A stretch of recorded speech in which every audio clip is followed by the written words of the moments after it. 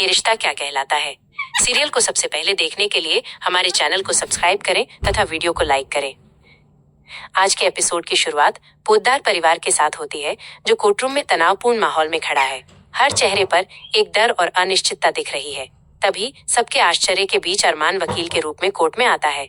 उसकी आंखों में परिवार के लिए लड़ने का दृढ़ निश्चय है। अभीरा उसे देखती है। उसके मन में एक सवाल है कि क्या आज अरमान उसका साथ देगा।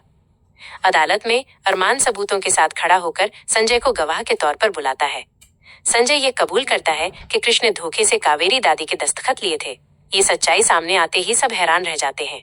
कावेरी की आंखों में आंसू आ जाते हैं और विद्या राहत की सांस लेती है। जज का फैसला आता है कि पोद्दार हाउस अब फिर से कावेरी का होगा।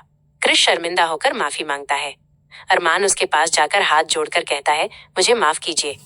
मैं देर से समझ पाया कि घर और रिश्ते सबसे ऊपर होते हैं। ये सुनकर कावेरी उसे गले लगा लेती है और विद्या की आंखों में भी खुशी के आंसू आ जाते हैं। दूसरी तरफ अभीरा चुपचाप खड़ी है। अरमान उसके पास आता है तो अभीरा कहती है कि उसने अपने रिश्तों को जीत लिया है।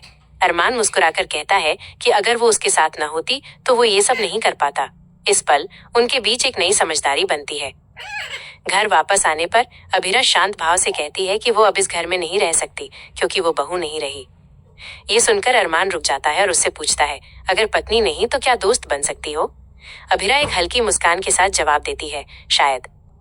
दोस्ती से ही रिश्तों की शुरुआत होती है। यहीं आज का एपिसोड खत्म होता है, जहां रिश्तों ने नफरत को हराकर प्यार को एक नई उम्मीद दी।